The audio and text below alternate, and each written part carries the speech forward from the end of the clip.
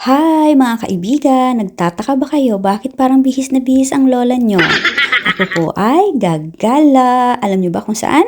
Sa Orchard. Makikipag-meet up ako ulit sa aking mga kaibigan. At ang balak namin ay kumain sa labas. Yan nga pala sa Lucky Plaza. Diyan ka rin makakakain ng mga pagkaing Pinoy at diyan mo rin makikita ang ating mga kabayan. At nakikita nyo naman, may mga performance pa. Pwede kayong mag-tip dyan. Depende sa gusto ninyo. Sa totoo lang, napakagandang mag-ikot-ikot dito kasi walang polusyon. Lalo na sa gabi, napakadaming ilaw. At nandito na nga ako at nandito na rin ang aking mga kaibigan at kayo na lang ang kulang. Tara, samahan nyo kaming kumain sa labas. Literal na sa labas kami kumain kasi alfresco yung pwesto namin. At ang aming in-order ay taco. Masarap siya at hindi siya ganun kabigatan sa tiyan. Bago nga pala kami pumunta dito, nagkape muna kami para meron naman kaming energy sa aming mga chikahan. Siguro habang pinapanood niyo ito ay Sabado na. Last night pa pala kasi ito.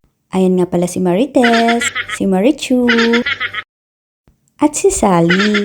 Hindi pa po day off, pero siningit lang namin na pwede kaming makapagkita-kita. Sila lang talaga ang lagi kong nakakasama kasi yung iba kong friends nasa Pilipinas na. At ayan na nga yung pagkain namin, kain tayo! Pagkatapos ng masarap na kainan at kwentuhan, uwian na. Kahit gabi na kami umuwi, napaka-safe naman kahit mag-isa ka lang umuwi.